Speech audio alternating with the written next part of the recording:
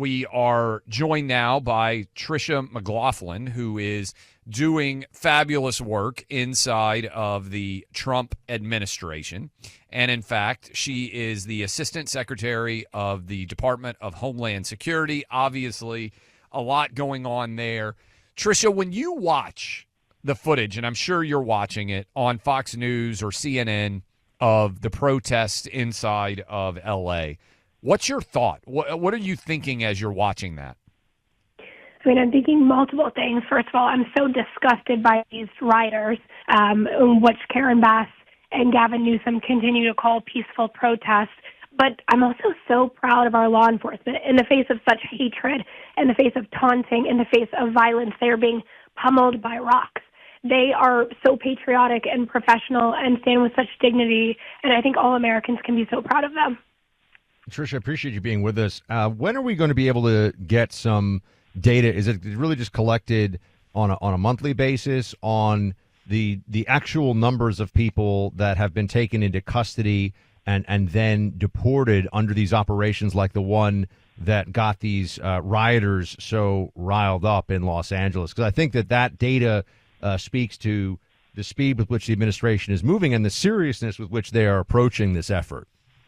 Yeah, absolutely. So we're north of 300 in the last 72 hours for arrests of criminal illegal aliens. So that includes child molesters, rapists, convicted murderers, arsonists, multiple gang members. These are the heinous individuals that Gavin Newsom and Karen Bass and the ACLU and these rioters are trying to protect, as our ICE enforcement officers are putting themselves in harm's way to get these criminal illegal aliens off of our streets. And our message to protesters is we're only going to ramp up. We are going to keep going. We're not going to be deterred by their violence, and you'll only see arrest numbers spike. It seems that the overwhelming majority, I've been looking at the polling, supports the idea of what President Trump and your department are doing, which is arresting people who shouldn't be here, particularly violent predators, and getting them outside of the country. Is Gavin Newsom just already running for president in your mind? I mean, he's already a failed governor of California. We know Karen Bass is a failed mayor. The president's had to travel out there to talk about the need to allow people to rebuild all over the L.A. area for the wildfires that took down their homes. It seems crazy to me that this would be the decision of the Democrat Party, but I'm looking right now. I don't know if you've seen this yet, but there is a new poll out showing the Democrat Party approval rating. This is from Quinnipiac. The Democrat Party has a 21% approval rating, a 70% disapproval rating. This just came out. They seem to just be intent on opposing whatever Trump does, even if what President Trump is doing is wildly popular. Yeah, I think you're exactly right. They are desperate for a message. They don't have one. They're just trying to work the same tricks and the same message that they did in 2020 and 2024. Their message has been Trump bad and January 6th bad. It's been 5 years, guys, and the American people love Donald Trump. They don't have a message, and they're really doubling down on protecting these criminal illegal aliens. We know we have the will of the American people. Donald Trump ran on mass deportations and getting these criminal illegal aliens off of our streets, and that's exactly what he's delivering. So I think there's some derangement syndrome going on for sure, and Gavin Newsom is doubling down on incompetent governance, and I think that the polls are going to not look so great for him if he does decide to run in a Democrat primary. Tricia McLaughlin, thank you so much for being with us from DHS. We'll let you rest up that voice. I appreciate it. We're working hard. Thank you. Thanks for what you're doing. Clay, I asked about the numbers. Now I'm seeing here, actually, Caroline Leavitt addressed this from the podium in the White House just in the last hour or two. 330 illegal aliens arrested after they participated in the L.A. riots. 113 of them had prior criminal convictions. So you have illegal aliens with prior criminal convictions engaged in criminal riot behavior at the efforts to deport illegal aliens. This is now the level of spoiled brattiness, I think, that we see among some of these illegal aliens. That's one way of putting it. The entitlement, there we go, better word, the entitlement among these illegal aliens. And Caroline also addressed from the press, I like this too, and taking a page out of Trump's book. This is cut 30. The White House Press Secretary Leavitt when she's asked whether Trump supports peaceful protests. Play 30. So if there were peaceful protests on Saturday for the militant parade, President Trump would allow that? Of course the president supports peaceful protests. What a stupid question. Perfect way to handle that. I mean, this is almost a when do you stop beating your wife question. It's like, well, does the president actually believe the First Amendment matters at all?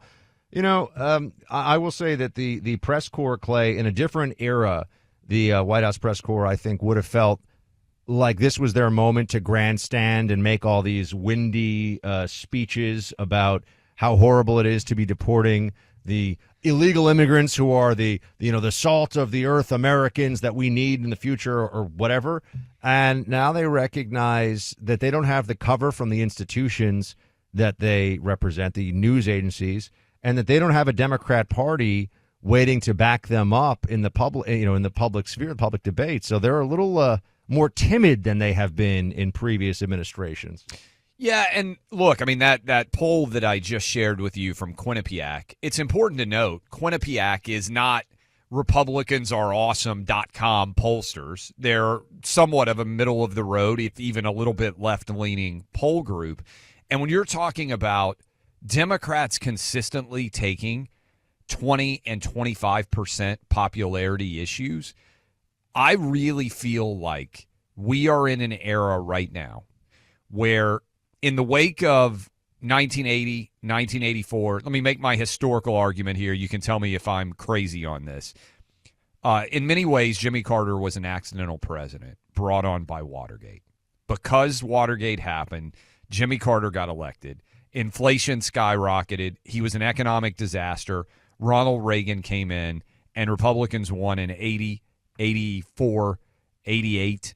And then Bill Clinton, basically in 92, with Ross Perot running, ran as a sort of new Democrat. Now, you can argue about whatever you want about Democrats in 92, but 92 and in 96, Clinton ran as what would now be like Bill Clinton 92 and Bill Clinton 96. Leave away the sexual shenanigans with the intern for a moment and just look at what he ended up working on once he got wrecked in 94. He really ran. That would be a Republican platform now. Then Bush wins 2000, 2008, 2004 again. Okay, my point on that is Biden is Carter. Biden is Jimmy Carter. The only reason he got elected was COVID, and they were able to hide him. Trump would have won, I think, a landslide against Biden in 2020. And some of you are saying, Clay, he did. Okay, I get you. But the reason they were able to do all of the rigging, the reason they were able to get all of the absentee ballots, the mail ballots, 81.3 million should be a joke for everybody out there. Okay, come on. I wouldn't say that Bill Clinton ran on a Republican platform. He was less insane. I'm saying his platform 92 and 96 now. I mean, he's pro-choice, assault weapons ban. But he said abortion should be safe, legal, and rare. He balanced the budget. Like, go back and look at it. That today, in many ways, would be a... Well, the gay marriage issue, for example, is very different then. So I think he signed the Defense of Marriage Act, right? So, correct. But that was just because the country was decidedly on... That was a Democrat and Republican issue, so the country has moved, or at least the Democrat Party... My point is the Democrat Party, Bill Clinton said we have to redefine what the Democrat Party is. Now, you can dispute how much he redefined it, but there was a recognition that the Democrat brand was toxic, and they lost every election effectively. Well, he only won because of the accident of Ross Perot. So he won with less than 50% of the vote, and then he had a Republican Congress to contend with. So what was he going to do? Nothing? Well, I mean, he tried. We knew he did some stuff. In 94, he got absolutely crushed. And we had Newt Gingrich on. We've talked about that before with him. My point on it is I think the Republican brand the Democrat brand is toxic. And I think it's the most toxic with young men. They actually use as an insult now the idea that you might be a Kamala voter. I remember what it was like being a Republican in 2009 after Obama absolutely wiped the floor with war hero John McCain, and we were all sitting around saying the demographics are against us. This is against us. I bring this up because yes, right now the brand and the messaging is toxic. Clay, Kamala gets 250,000 votes in a few places, and all of a sudden Kamala Harris, who is, I think, certainly the dumbest person to run for president in our lifetime. Yep. Kamala Harris would have been president. And it wasn't that far, even with the lie about Biden's dementia, the disastrous. So, right now it looks really good, but this is why Trump, this is the year, man. And he's doing it. He's doing it. This is not a complaint, but running up the scoreboard and getting as much done and as much accomplished as possible now. Before the midterms. Before the midterms and before we start thinking about the next, you really have 18 months. Trump has 18 months to save the country, and I think he's moving as fast as he can on that. But a part of this is that all you need are Democrats to start coming up with some more compelling messaging on health care, some of these things that haven't really, and that gap that Kamala Harris is a horrible candidate. I get it. If they ran somebody who was even a halfway decent candidate, I still think Trump would have won. But the next time around, if you voted for Kamala in this last election, you will vote Democrat no matter what Democrat. You could put any name on a screen and say that's the Democrat, and people would vote for it. You could put a mannequin. Yes. You could put a non-human. If you could put a dementia patient in the Oval Office, Yeah. I think you could vote for a mannequin. I think their brand is toxic on a level that has never existed in my life. I think your triumphalism is going too far on this one. There are a lot of insane see, because I've lived in New York where people always say to me, Buck, do you really believe that 80% of people in New York vote Democrat? And they will suggest things like, oh, they must be cheating in New York. No, it is true. 80% of New York City residents are Democrats who vote. Like, this is the reality that we face. I will say, this is why I believe Democrats are going to have to find their version of Trump. I don't think, I'm going to make a prediction here.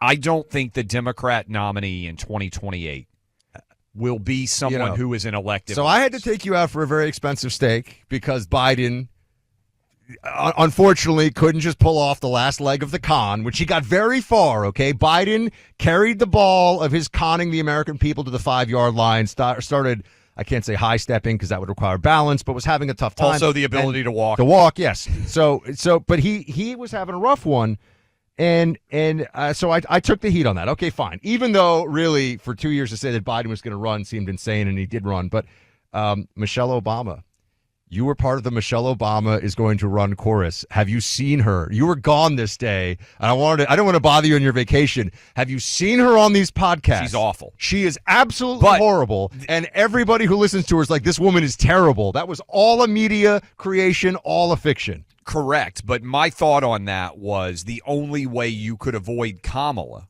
who is also awful, was by having another black woman. Well, so now you admit there's no chance Michelle Obama's running in the future. I don't think there's any way she's going to run. I think she is thoroughly unlikable. Yeah, because I, as somebody who always thought that she was this construct of the media in these podcasts, I sit there, I'm like, this woman is this.